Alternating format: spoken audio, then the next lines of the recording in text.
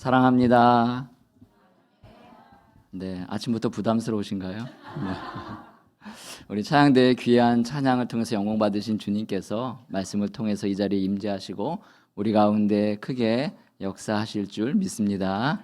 네, 제가 말씀을 준비하면서 사실 마음에 약간 부담이 됐습니다. 오늘 저를 이제 처음 뵙는 분들도 있고 저도 여러분을 처음 뵙는데 처음 보자마자 힘을 다하여 수고하라? 이런 제목이 사실 마음에 부담이 됐습니다. 그러나 조금 제가 위로를 받은 것은 이 골로새서를 쓴 사도 바울도 골로새 교회 성도들을 보지 못한 사람들이 굉장히 많았습니다. 오늘 성경을 혹시 펼치신 분들이 계시다면 오늘 본문 다음에 2장 1절에 보면 이렇게 기록되어 있습니다. 내가 너희와 라우디게아에 있는 자들과 무릇 내 육신의 얼굴을 보지 못한 자들을 위하여 얼마나 힘쓰는지를 너희가 알기를 원한다. 이 말씀에 마음의 위로를 받았습니다. 사도 바울이 힘을 다하여 수고하라고 말하면서 그냥 자기가 개척해서 교회를 세운 성도들에게만 말한 게 아니라 그리스도 안에 있는 모든 성도들을 향하여서 아주 힘있게 이 권고를 하고 있구나라고 생각이 돼서 저도 마음에 용기를 얻었습니다. 사실은 힘을 다하여 수고하라는 말씀을 드리지 않아도 우리나라 분들은 힘을 다하여 수고하고 있습니다. 그러시죠? 아침부터 막 밤늦게까지 열심히 힘을 다해 수고하고 있습니다. 그래서 지난 7월 16일자 머니투데이 기사를 보면 거기 기사 제목에 이런 기사 제목이 있습니다. 한국 노동시간 OECD 국가 중 압도적 1위. 장시간 근로하는 그 근로의 시간이 OECD 국가 중에서 한국이 압도적으로 1위인데 어느 정도냐면 다른 국가의 평균이 한 7.8%라면 한국은 18.9%, 두 배가 훨씬 넘는 정도의 아주 장시간의 노동에 시달리고 있다. 이런 기사를 보았습니다. 그러다 보니까 우리 한국교회 신앙인들은 다른 나라의 신앙인들보다도 제가 뭐 전 세계를 다 조사한 건 아니지만 다른 나라의 신앙인들보다도 훨씬 더 열심을 가지고 힘을 다해 수고하는 것을 확인할 수 있습니다. 세계 어딜 가도 새벽부터 막 새벽 기도로 하루를 시작하고 수요 예배, 금요 집회, 각종 훈련, 전도 모임, 막 찬양대, 막 주일 예배 정말로 열심히 힘을 다하여 수고하고 있는데 여기다가 또 더 힘을 다하여 수고하라고요? 이렇게 말씀을 들으면 마음에 약간 부담이 생길 수도 있을지 모릅니다. 그런데 여기서 의문이 잠깐 생깁니다. 우리는 무엇 때문에 그렇게 열심히 일하고 힘을 다해 수고하고 내 삶을 드리고 있을까? 제가 지난 봄에 읽었던 책 중에 작년에 나온 책인데 제가 올 봄에 읽었는데요. 가짜 노동이라는 책이 있습니다. 가짜 노동, 두 명의 저자가 덴마크 사람 두 명의 저자가 쓴 책인데 이제 그 책에 보면 그 책에서 이런 질문을 던집니다. 우리는 온종일 대체 뭘 그렇게 하고 있는가? 당신의 시간을 그렇게 많이 쓰는 활동이 정말로 필수적입니까? 이제 이렇게 묻고 있는 거예요. 그러면서 이제 이 책에서 한 가지 예를 들었는데 2009년에 이제 스웨덴 그 민간 항공 관리국에서 7명의 직원을 해고했습니다. 이유가 뭐냐면 이 직원들 7명이 근무 시간에 그 음란 사이트를 찾는 시간이 75%나 됐다. 그러니까 75%의 시간 동안 일은 안 하고 다른 거를 한 거죠. 그러니까는 가짜 노동의 시간이 그만큼 우리의 일상생활에 쉽게 파고들어 있고 그리고 그것을 가짜 노동으로 인식하지 못하게끔 우리는 바쁘게 시간을 보내면서 그것을 합리화하고 있다. 이런 뜻입니다. 더 쉽게 얘기하면 우리 자녀분들 책상에 한 10시간 앉아 있습니다. 10시간 동안 공부하든가요? 공부 이제 시작해야지. 책상 치우는데 한 2시간. 이제 공부하려가 출출하게 간식 먹는데 1시간. 뭔가 이렇게 다른 일을 하는데 시간을 쓰고 정작 우리가 집중해서 해야 될 일에 대해서는 시간을 굉장히 조금만 쓰게 되는 것이죠. 이 책을 읽으면서 저도 그런 생각을 했습니다. 교회가 원래 해야 되는 핵심적인 일에 우리는 얼마나 시간을 쓰고 있을까? 이런 생각을 하게 되고요. 제 자신에게는 이런 질문을 한번 던져봤습니다. 혹시 내가 교회 사역을 할 때에 가짜 사역은 없는가? 가짜 이 노동은 없는가? 핵심적인 사역 외에 부수적인 일로 시간을 너무 많이 보낸 나머지 핵심적인 일을 놓치고 있지는 않은가? 이런 질문을 해보게 되었습니다.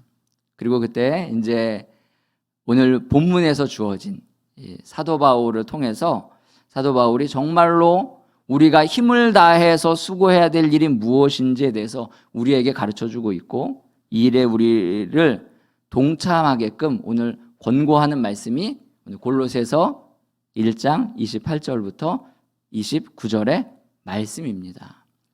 이 말씀이 이제 어떤 분들이 이렇게 생각될 수 있어요. 사도 바울은 전문적인 복음 사역자니까 당연히 그렇게 해야 되죠. 근데 우리가 그렇게 사도 바울처럼 살아갈 이유가 있습니까? 혹시 이렇게 묻는 분들이 계시다면 하나님께서 우리에게 하나님의 뜻을 전달하고 이 명령하는 이 방식에 있어서 하나님의 어떤 방식을 잘 이해할 필요가 있습니다. 하나님이 우리에게 말씀을 주실 때 그 말씀은 우리가 사용하고 있는 언어적 수단을 통해서 주신 거잖아요. 그렇죠? 네, 그렇다고 해주세요. 그렇기 때문에 그 말의 뉘앙스를 잘 이해할 필요가 있습니다. 오늘 여기 보면은 29절에 뭐라고 말하고 있습니까? 29절에 보면 이를 위하여 나도 내 속에서 능력으로 역사하시는 이의 역사를 따라 뭐라고요? 힘을 다하여 수고하노라. 내가 수고할 수 있으니까 내 수고를 좀 알아달라. 이런 말일까요?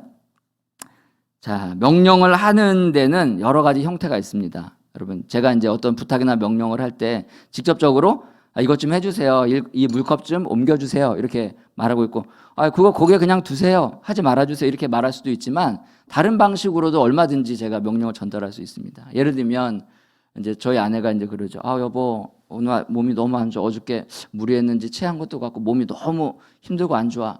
내가 설거지 할까? 본인이 하겠다는 얘기일까요? 저보고 해달라는 아주 강력한 명령이죠. 그때 당신이 이렇게 하면 어떻게 되겠습니까? 평소용으로도 할 수 있죠. 여보 너무 힘들어. 내가 할게. 본인이 하겠다는 뜻은 아니죠. 네. 독백형으로도 할 수 있습니다. 아유 내 팔자야 내가 해야지 뭐. 그냥 이렇게 해도 상대방이 들으라고 하는 얘기를 하면 다 강력하게 그 일을 해달라는 요청으로 들을 수가 있는 것이죠. 오늘 사도 바울이 내가 힘을 다하여 수고하노라 라고 말할 때 이 말은 나 혼자 수고할 때까지 당신들은 가만히 있어라가 아니라 이 말씀을 듣고 있는 골로새 교회 성도들 모두가 나와 같이 힘을 다하여 수고하라 라는 뜻으로 우리에게 말씀하는 줄 믿습니다. 자, 그러면 사도 바울은 무엇을 위해서 그리고 교회가 무엇을 목적으로 힘을 다하여 수고해야 되느냐 거기에 대해서 28절에 말씀하고 있습니다. 자, 28절 후반부로 보면 뭐라고 얘기하냐면 28절 중반부터 보시면 각 사람을 그리스도 안에서 어떻게 해요? 완전한 자로 세우려 함이니. 그리스도 안에서 완전한 자, 여기서 각 사람 모든 사람을 얘기하는데요. 모든 사람, 본인이 사역하고 있는 사역의 대상자 모두가 그리고 함께 동역하는 우리 모두가 그리스도 안에서 어떤 사람으로 완전한 자로 세우려 하기를 원한다. 이를 위해서 내가 힘을 다하여 수고한다는 겁니다. 사랑하는 성도 여러분, 여러분들이 왜 신앙생활 하십니까? 여러분들이 교회에서 왜 충성으로 열심히 봉사하십니까? 그리스도 안에서 완전한 자로 서기 위함인 줄 믿습니다. 네, 부담스러우시죠?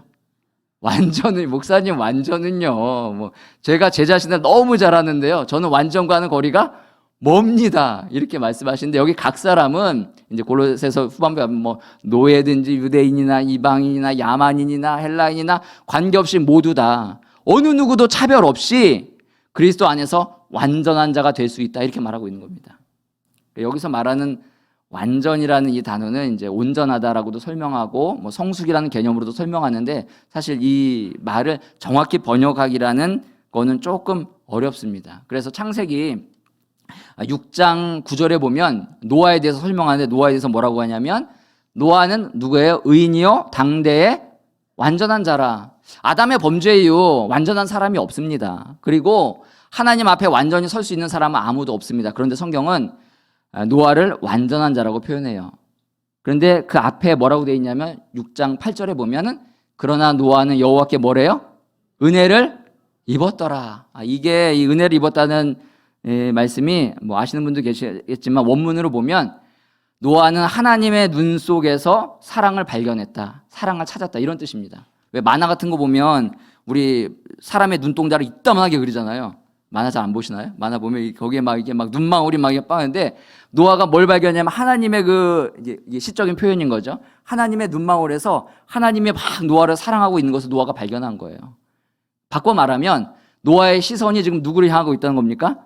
하나님을 향하고 있다는 뜻입니다. 그러니까 여기서 완전한이라는 것은 하나님을 향하여 시선이 고정된 사람, 그리고 하나님께 마음이 전적으로 헌신이 되어가지고 내가 하나님이 원하시는 일을 하고자 하는 열망이 있는 상태, 이것을 뭐라고 하냐면 완전한 자라 얘기합니다. 그러니까 마음이 우상으로부터 돌아서서 내가 세상의 거로부터 돌아서서 하나님께로 향하고 있는 사람을 완전한 자라고 얘기해요. 그러니까 그리스도 안에 있는 사람은 그렇게 완전한 자로 서기 위해서 힘을 다하여 수고하라라고 오늘 사도 바울이 우리에게 말하고 있는 겁니다. 그러면서 각 사람, 원문으로는 모든 사람인데요. 모든 사람 뭉뚱그려서 말한 게 아니라 모든 사람, 여기 계신 모든 분들 한 사람 한 사람이 그리스도 안에서 다 완전한 자로 서게 하기 위해서 내가 힘을 다하여 수고하고, 나만 수고해야 되는 게 아니라 뭐라고 얘기해요? 우리 모두가 수고해야 된다, 이렇게 말하고 있는 겁니다. 오늘 이 본문 말씀 보면 이 단락이 골로새서 1장 24절부터 시작해요. 근데 24절에 보면 주어가 어떻게 되냐면 24절 보시면은 나는 이제 너희를 위하여, 1인칭 나는 이렇게 돼요. 1인칭 단수로. 25절에도 보면 내가 교회의 일꾼 된 것은 이렇게 말합니다. 그런데 28절에 오는데 갑자기 주어가 어떻게 바뀌어요? 28절에 뭘로 바뀝니까? 우리가로 바뀌어요. 우리가. 지금 사도 바울과 함께 사도 바울이 이 골로새 교회 성도들에게 편지를 했을 때 옥중에 있었잖아요. 근데 이제 사도 바울과 함께 있었던 사람들이 있습니다. 1차적으로는 이 사람들을 가리키는 거기도 하지만 복음을 증거하는 모든 사람들, 그리고 예수 그리스도 안에 있는 모든 사람들을 다 포함해서 우리가라고 표현하는 거예요. 그리고 29절에 보면 주어가 또 바뀝니다. 29절에 어떻게 돼요? 29절에 보면 이를 위하여 나도, 우리가 전하고 그 안에 누가 포함되어 있어요? 나도 포함되어 있는 겁니다. 사도 바울이 나만 이렇게 하고 있습니다가 아니라 나도 이 일을 하는 것처럼 우리 모두가 이렇게 힘을 다하여 수고해야 됩니다, 이렇게 말합니다. 그리고 이 수고는 어디를 향해요? 그리스도 안에서 완전한 자로 서기 위해서 우리가 이 일들을 해야 됩니다 라고 강조하고 있는 겁니다. 그러면 그리스도 안에서 완전한 자로 서려면 어떻게 해야 될까요? 그게 오늘 본문 28절에 세 가지로 나와 있습니다. 우리 본문 28절 한번 다 같이 보실까요? 28절 보시면 우리가 그를 뭐예요? 전파하여. 여기 그가 누굽니까? 어떻게 하시죠? 그냥 물론 교회에서 뭔가 물으면은 예수님 아니면 하나님 대답하면 된다가 아니라 앞에 27절을 보시면 이렇게 기록되어 있어요. 하나님이 그들로 하여금 이 비밀의 영광이 이방인 가운데 얼마나 풍성한지를 알게 하려 하심이라. 이 비밀은 너희 안에 계신 누구요? 그리스도니 곧 영광의 소망이니라. 너희 안에 계신 그리스도다, 이렇게 말하고 있어요. 우리 안에 계신 그리스도를 우리가 뭐예요?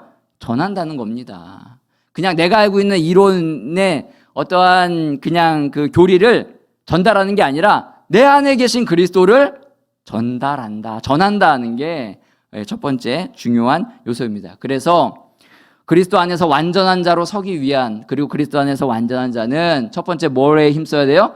그리스도를 전하는 일에 힘을 다하여 수고해야 합니다. 믿으십니까? 네, 그렇게 수고를 해야 되는 것이죠.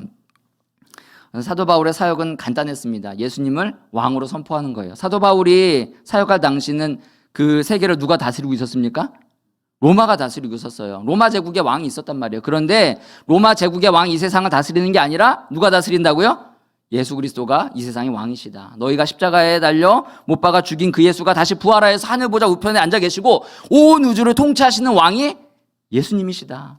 그 왕 앞에 모두 다 복종하라 라고 하는 게 사도 바울의 선포였어요. 그게 이제 복음인 것이죠. 그리고 우리가 그렇게 그 예수 그리스도를 믿고 믿음으로 영접했으니 우리가 그분의 말씀에 순종한다는 것이 사도 바울이 그리스도 안에서 완전한 자로 세우려는 가장 중요한 목적 가운데 하나입니다. 그래서 성도들의 신앙이 자라려면 뭘 해야 됩니까? 벌써 막 얘기만 들어도 막 스트레스 받아. 전도 막 복음 전하는 거, 그게 아니고요. 이 복음을 전할 때 그 복음을 전하는 내 자신도 복음을 다시 듣게 돼서 하나님의 은혜를 함께 누리게 되는 겁니다. 내 안에 있는 그리스도를 다른 사람에게 전달할 때 그 사람과 나의 관계가 영적 단계로 성장하게 되는 거예요. 그리스도인의 성장과 성숙은 그냥 가만히 앉아있다고 되는 게 아니라 그리스도를 증거할 때, 전할 때 우리 그리스도인들의 믿음이 자라게 돼 있는 겁니다. 그런 경험들 해보셨죠? 네, 안 했다고 말하지 마십시오. 저도 제가 이제 처음에 막 은혜 받고 할 때가 언제였냐면, 이제 예전에는 이제 지금은 이제 잘 안 하는데, 연말이 되면 한 뭐 2박 3일씩 금식 기도원에 들어갑니다. 금식 기도도 해요. 지금은 안 하시죠? 송구영 씨 예배도 막 겨우겨우 그냥 여보 1년에 한 번이니까 한 번 나와 막 이렇게 할까 말까 하는데, 그때 내가 그 당시에 예배 드리고 금식으로 기도하고 그 다음에 한 게 뭐냐면 마을에 내려가서 전도하는 거예요. 근데 마을에 내려 전도하는데 제가 애기 엄마한테 전도하는데 복음을 전하다가 제가 은혜를 받고 그 자리에 주저앉았어요. 아, 복음의 능력이라는 게 그냥 단순하게 교리를 전달하는 게 아니라 하나님이 이 시간 역사하셔서 복음을 전하는 내 자신에게도 하나님의 강력하게 은혜로 역사하시는구나 하는 것을 깨닫는 순간이 되었습니다. 사랑하는 성도 여러분, 복음을 전하는 일은 지혜가 많거나 지식이 아주 많거나 예수님에 대해서 내가 무엇인가 많은 걸 잘 알아야 한다고 해서 전하는 게 아닙니다. 예전에 어떤 권사님이 별로 이렇게 공부도 많이 안 하시고 또 눈도 뭐 어두우시고 또 말주변도 별로 없어서 말도 잘 못하세요. 근데 이분이 전도를 굉장히 잘하세요. 어떻게 전도하냐면 지나가는 이제 학생 잠깐만, 내가 눈이 안 보이시는데 이거 좀 한번 읽어주겠어? 사형 내밀면서 전도지 내밀면서 읽어달라 그러고 다 읽었지? 우리 함께 기도할까? 이제 이런 식으로 하는 분들도 계셨습니다. 그러니까 우리가 주의 복음을 증거하고 전하는 일에 기회가 주어질 때마다 헌신하고 쏟으면 하나님께서 역사하셔서 우리의 신앙도 함께 자라게 하는 줄 믿습니다. 네, 전도 한 번 했는데 안 된다. 그런다고 여러분 실망하지 마세요. 전도했더니 굉장히 모욕을 받아서 창피함을 당해서 나 이제 2번 다시는 전도 안 할 거야. 이런 생각하시면 안 됩니다. 여러분들 근육을 어떻게 키웁니까? 저는 이제 좀 볼품이 없고 근육이 없는데 근육을 어떻게 키우죠? 네, 뭔가는 아는데 뭐. 무거운 걸 들어가지고 근육에 상처를 냅니다. 그리고 그 상처가 회복되고 아무는 과정 속에서 근육이 커지게 되는 것이죠. 교회 신앙과 성도의 신앙도 마찬가지입니다. 우리가 복음을 전하고 약간의 어려움을 당하고 그 어려움을 겪는 과정 속에 우리의 신앙이 어떻게 돼요? 자라고 커지게 되는 거예요. 제가 교구 사역할 때 권사님 한 분이 이제 한 가정을 전도해 오셨는데 이제 제가 사정을 쭉 들었더니 그 권사님이 그 가정을 전도하기 위해서 몇 년 걸렸냐면 20년.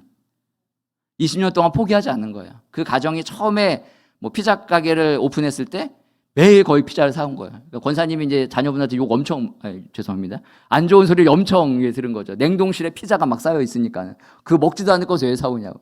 여러분들에게 그렇게 하시는 얘기가 아닙니다. 중요한 것은 그 사람을 향한 마음과 열정이 그리스도에 대한 사랑으로 함께 연결되고자 하는 열망이 그 안에 있었다는 거예요. 그리고 그것을 끝까지 해냈다는 게 중요한 겁니다. 그래서 그 아주 꼬맹했던 자매가 막 여러 가지 성장하면서 어려움을 겪고 결국은 교회로 돌아와서 함께 신앙생활하는 그런 간증을 들은 적도 있습니다. 따라서 여러분들 20년, 30년 신앙생활에도 신앙이 잘 안 자란다라고 생각하면은 그것은 그리스도의 복음을 전하는 일을 소홀히 하거나 혹은 그런 경험이 없을 때 우리의 신앙이 자라지 않습니다. 그리스도 안에서 완전한 자로 서는 게 우리의 목적이고 우리의 신앙의 어떤 목표라면 사랑하는 성도 여러분, 기회가 주어질 때 이제 새생명 정도 축제에 있더라고요. 제가 그걸 염두에 두고 하는 말이 아닙니다. 그거 이제 11월 마지막 끝났으니까 나 이제 올해 전도 끝! 그게 아니고 우리가 내 안에 계신 예수 그리스도를 전하는 일에 어떠한 형태로든지 전하는 일에 힘을 다하여 수고하는 저와 여러분이 되시기를 주님의 이름으로 축복합니다. 네. 두 번째로는 권하는 일에 힘을 다하여 수고해야 됩니다. 자, 28절 다시 한번 보실까요? 28절 뭐라고 되어 있습니까? 우리가 그를 전파하여 각 사람을 권하고, 여기서 이 권한다는 말은 권면한다는 뜻입니다. 권면한다. 이 헬라어에서 이 권면이라는 단어 어떤 뜻을 가지고 있냐면 부적절한 행동을 삼가게 하거나 중단시킬 때 이 권면이라는 말을 쓰는 거예요. 우리말에는 이제 격려 이런 뜻이 권면에 훨씬 더 강한 의미를 담고 있는데 헬라어에서는 그거 하지 말아라. 그거 위험하다. 그 길로 가면은 당신 큰 사고 납니다. 위험 표지판 딱 가로막듯이 그렇게 하지 말라고 이야기를 해주고 있는 게 권면이에요. 이 권면이라고 말을 할 때, 목사님, 권면은 그 교회 지도자들이 하는 거고, 뭐 우리가 무슨 권면을 합니까? 이렇게 생각되실 수 있는데, 골로새서 3장 16절을 보면 이렇게 말하고 있습니다. 골로새서 3장 16절. 자, 어떻게 말하냐면, 그리스도의 말씀이 너희 속에 풍성히 거하여 모든 지혜로 어떻게 해요? 피차 가르치며 권면하고. 이 권하고란 말이 이 권면하고 똑같은 단어입니다. 피차, 서로가 권면해 주라는 거예요. 잘못됐는데 잘못된 건 그냥 그대로 방치하면 안 되죠. 화장실 갔다 나와서 옷이 막 뒤에 들어가 있는데 그래 한번 망신 당해봐라. 이렇게 하는 사람 있습니까? 없잖아요. 여기 뭐 묻었으면 묻었다고 얘기해 주잖아요. 그 사람을 위해서 그 사람이 무엇인가 잘못되는, 이건 잘못된 거 아니지만 실수를 저지르거나 잘못할 때 그 사람을 바로 잡아주기 위해서 권면하는 일은 매우 중요한 일입니다. 교회가 그 일을 해야 된다라고 말하고 있습니다. 그래서 권면은 지적이 아닙니다. 권면은 참견이 아닙니다. 권면은 뭐예요? 돌봄입니다. 돌봄.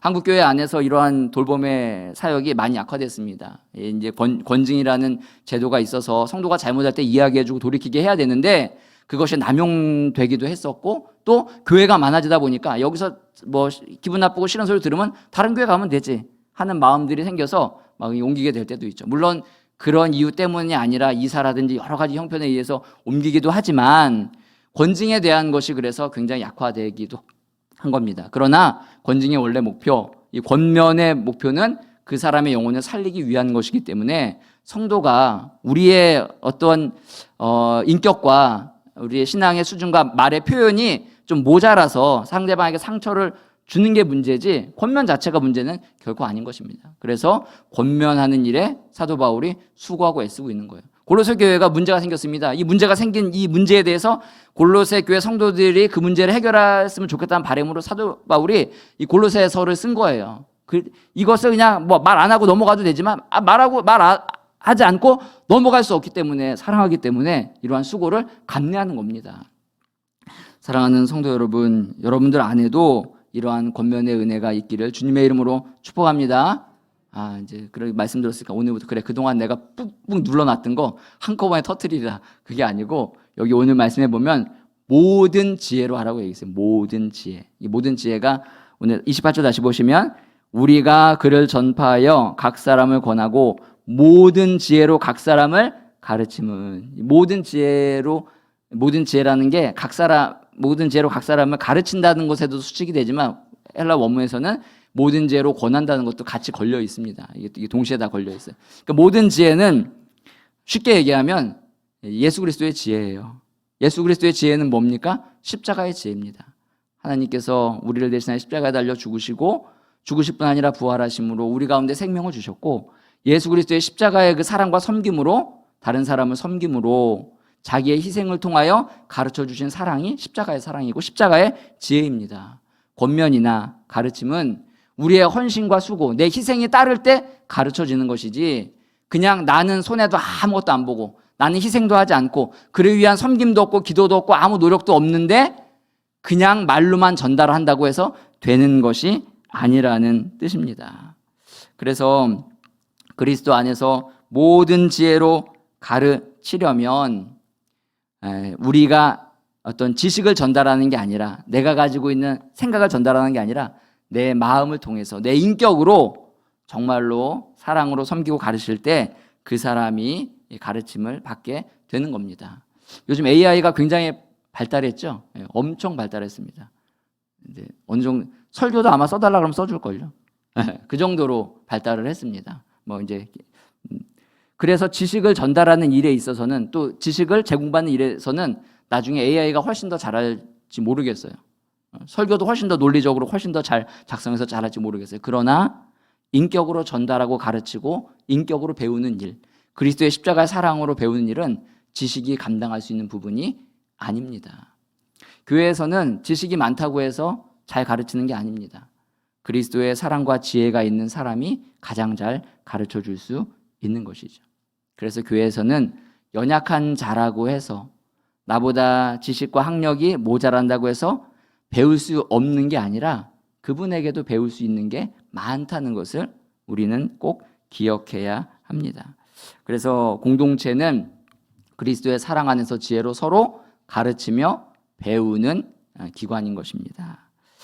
하나님께서 예수 그리스도의 그 사랑의 지혜로 가르치고 배울 수 있는 기관을 이 땅 가운데 두셨는데 그게 어디입니까? 교회입니다. 예, 교회. 어떤 신학의 진술, 복음의 어떠한 지식을 알려면 신학교 가시면 돼요. 그러나 신학교 안에서 우리가 어떤 그리스도의 사랑을 일부분 느끼기도 하지만 교회 공동체에서의 그리스도의 지혜로 배우고 가르치는 일은 교회에서 밖에 알 수가 없는 것이죠. 사랑하는 성도 여러분, 여러분은 무엇을 위해서 신앙생활 하시고 무엇을 위해서 힘쓰고 애쓰고 힘을 다하여 수고하고 계십니까? 사도 바울은 그리스도 안에서 완전한 자로 서기 위해서 이 사역을 하는데 세 가지로 말씀을 드렸죠. 뭐라고요? 그를 전파하여. 두 번째 뭡니까? 각 사람을 권하고 모든 지혜로 각 사람을 가르친다. 이 사역을 통해서 내 자신도 성장하고 교회도 성장하고 우리의 신앙이 온전하게 자라게 되는 줄 믿습니다. 자, 그러면 끝으로 이렇게 수고할 때 하나님이 우리에게 주시는 은혜가 있습니다. 그 은혜가 무엇일까요? 29절에 나와 있습니다. 29절 말씀 함께 읽겠습니다. 있습니다. 시작. 이를 위하여 나도 내 속에서 능력으로 역사하시는 이의 역사를 따라 힘을 다하여 수고하노라. 아멘. 내 속에서 능력으로 역사하시는 이의 역사를 따라서 힘을 다하여 수고한다. 힘을 다하여 수고할 때 누가 우리 안에서 역사하신다는 거예요? 하나님께서 역사하신다. 잘 안 믿으시는 것 같아요. 여기 보니까는 목사님 역사하시는 이의 역사를 따라 힘을 다하여 수고한다. 역사하시는 이의 역사가 내 안에서 강하게 뭔가 작동을 해야지만 그 다음에 내가 수고하는 게 아닙니까? 이렇게 생각하실 수도 있습니다. 어법을 잘 이해하셔야 돼요. 어법을. 이게 말이잖아요. 말. 이게 말은 어떤 그 논리적 순서와 관계없이 전달될 때가 있습니다. 예를 들면은 제가 이제 뭐 주의자 선생님께 선생님 저기 나가시면서 문 좀 닫고 나가세요. 이렇게 들어오실 때 문 닫고 들어오세요. 들어올 수 있어요? 없어요? 우리는 다 문 닫고 나가고 문 닫고 들어옵니다. 우리가 뭐 초능력자입니까? 문 닫고 들어오고 문 닫고 나가게? 근데 그 말을 어떻게 해요? 다 알아듣습니다. 아, 열고 나간 다음에 닫으라는 뜻이구나. 그걸 간단하게 와서 문 닫고 나가라 그러고 문 닫고 들어오라고 얘기해요. 마찬가지로 오늘도 내 안에서 능력으로 역사하시는 이의 능력을 따라 내가 수고한다라고 말할 때 내가 수고할 때 누가 역사하신다는 거예요? 하나님이 역사하신다는 겁니다. 전도를 막 전도할 마음이 막 생겨서 막 전도하는 게 아니라 전도를 시작하려고 할 때 누가 역사하세요? 하나님이 역사하신다는 거예요. 권면하려고 할 때 하나님께서 우리 안에 역사하신다는 얘기입니다. 그리고 그 사람을 정말 그리스도의 십자가의 사랑으로 섬기고 가르쳐 주려고 할 때 누가 역사하신다는 거예요? 하나님이 역사하신다는 거예요. 내 지혜가 아니라고 말하는 겁니다. 이 작가들이라든지 작곡가들이 저는 이제 굉장히 뛰어난 사람들이라고 생각해요. 엄청난 천재고 우리가 저 같은 이제 평범한 일반적인 사람하고는 다르게 어떻게 저런 노래를 만들고 저런 작품을 쓰고 저렇게 긴 책들을 만들까 굉장히 신기하다고 생각을 합니다. 저분들에게는 특별한 영감이 있겠지라고 하는데 그분들이 하는 말은 뭐냐면 아마추어들이 영감을 기다릴 때 프로들은 일을 시작한다 이렇게 얘기해요. 일을 시작하면서 하는 중에 영감도 생기는 거고 또 영감도 생겼다가 영감이 안 생겨도 끝까지 일을 하는 거지 그것을 뭐 받아가지고 하는 것이 절대 아니다 이렇게 얘기를 하고 있는 거예요. 그래서 지난주에 그 경향신문에 보니까는 그 어떤 작가가 인터뷰하는 기사의 제목이 이렇게 돼 있습니다. 글쓰기라는 낭만에 가려진 착취, 작가들 노조를 선언하다. 그러니까는 뭐 원고료 때문에 그러기도 하지만 작가들이 엄청난 노동을 하는 끝에 영감이라는 게 주어지는 거지 영감이 그냥 저절로 주어지는 게 아니다 이런 뜻을 얘기하고 있는 거예요. 이런 원리가 성경에서도 동일하게 적용이 되는데 바로 오늘 사도 바울이 힘을 다하여 수고한다라고 할 때 바로 이러한 얘기를 하고 있는 겁니다. 내가 하나님께서 성령으로 내 안에 역사하시는데 날마다 뜨겁게 막 역사를 해가지고 힘을 다하여 수고하는 게 아니라 힘을 다하여 수고할 때 누가 역사하신다는 거예요? 하나님이 역사하시고 하나님의 은혜로 선물을 나에게 주신다 이런 뜻으로 얘기하고 있는 겁니다. 그래서 빌립보서 2장 13절에 보면 사도 바울이 이렇게 고백해요. 빌립보서 2장 13절에 보면 너희 안에서 행하시는 이는 하나님이시니 자기의 기쁘신 뜻을 위하여 너희에게 소원을 두고 행하게 하시나니. 하나님께서 자기의 일을 할 때 우리의 마음에 소원을 주시고 그 기쁘신 뜻을 위해서 행하게 하신다는 거예요. 행하고 내가 하고자 하는 마음을 품는 것 자체도 누가 주신 거예요? 하나님이 주신 거라는 거예요. 근데 우리는 그걸 그 당시에 느끼지 못하지만 내가 하라고 하고 힘을 다하여 애써 수고하려고 할 때 하나님이 우리로 하여금 역사하신다. 이거를 이야기하고 있는 겁니다. 신비적으로 동시적으로 일어나서 우리는 그것을 생각하지 못하지만 여러분들이 마음에 결심이 들고 또 생각을 하고 이것을 옮기려고 할 때 하나님께서 역사하시기 때문에 그때 하나님의 능력을 경험하게 되고 하나님의 능력을 경험할 때 우리의 신앙이 자라게 되고 교회가 우리의 노력과 우리의 힘이 아니라 누가 하신 거다? 하나님이 하신 거다라는 것을 고백하게 되는 줄 믿습니다. 사랑하는 성도 여러분, 여러분들 예수 믿지 않는 사람들이 교회에 왜 오는 줄 아십니까? 사람들 많은 거 보려고 오는 거 아닙니다. 저기 있는 사람들 굉장히 훌륭하고 똑똑하다. 저기 있는 사람들과 내가 관계를 맺으면 좋은 일이 생기겠다. 이런 걸 기대하고 오는 게 아니에요. 여기에 오는 이유는 세상을 내가 다 살아보고 내가 세상에 다 살아본 건 아니지만 세상을 살아보면서 경험해봤지만 정말로 하나님이 계신 것을 내가 알고 싶고 하나님이 계신 것을 경험하고 느끼고 싶어서 오는 분들이 많습니다. 그런 분들에게 우리가 뭘 보여주겠어요? 내 능력, 내 경험, 내 지식, 내가 가지고 있는 인맥 이런 걸 보여주라는 게 아니라 하나님의 능력을 보여줘야 되는데 그 하나님의 능력은 힘을 다하여 수고할 때 하나님이 우리 가운데서 역사하신다고 사도 바울은 우리에게 말하고 있는 것입니다. 따라서 성도 여러분, 목사님 저는 연약합니다. 나약합니다. 아무것도 못합니다. 이렇게 생각하시는 분들이 있다면 그런 분들일수록 하나님의 능력을 더 많이 나타낼 수 있는 분들인 줄 믿습니다. 안 믿으시죠? 네. 만약에 여기 예배만 겨우겨우 나오는 분이 있어요. 진짜 한 2주간으로 한 번씩만. 근데 그분이 갑자기 매주일 나오고 막 새신자 전도회 오고 갑자기 막 새벽 예배 나오고 이러면 어떻게 했어요? 저분이 병원 가셔야 되나? 이렇게 생각하시겠습니까? 저분의 능력으로는 저게 일어날 수가 없다. 하나님이 은혜를 주셨구나. 라고 생각을 하시죠. 마찬가지입니다. 내가 연약하고 약하면 그런 분들이 오히려 더 하나님의 능력을 더 나타나게 되는 겁니다. 시간 관계상 제가 이 얘기는 여러분 삼손이 어떤 사람이었을 거라고 생각하세요? 근육질에 막 안올주 슈아츠 제네거? 저는 생각하기를 삼손은 저와 같은 사람이 아니었겠는가? 여기에 머리만 길지 않았겠는가? 왜냐하면 사람들이 궁금해했거든요. 저 힘이 도대체 어디에서 나오지? 근육질이라면 당연히 저 봐 근육 봐. 근데 아무리 봐도 힘이 나올 만한 구석이 없는 거예요. 아무리 봐도. 그러니까 이런 사람이 아니었겠는가? 요새 뭐더라? 강남순, 도봉순? 그런 TV 프로도 있던데 전혀 힘이 없을 것 같은 사람이 힘을 쓸 때 우리가 놀라지 않습니까? 마찬가지입니다. 가장 연약하다고 생각하고 나는 안 된다라고 생각하는 그 사람을 통해서 하나님은 역사하시기를 기뻐하시고요.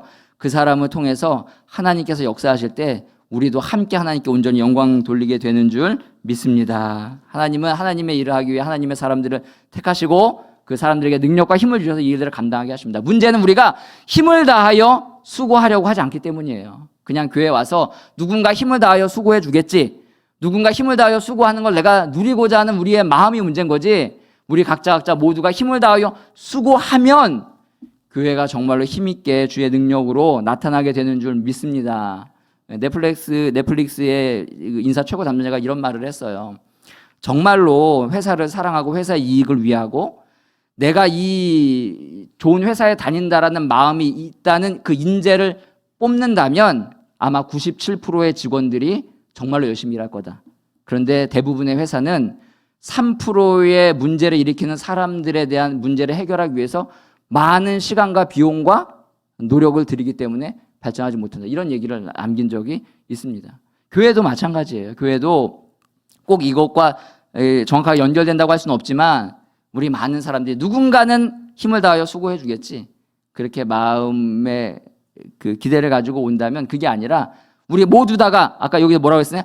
각 사람, 모든 사람, 각 한 사람이 힘을 다하여 수고하면 하나님께서 우리 안에 역사하심으로 우리가 이전까지 경험해보지 못했던 하나님의 놀라운 능력과 은혜를 경험하게 되는 줄 믿습니다.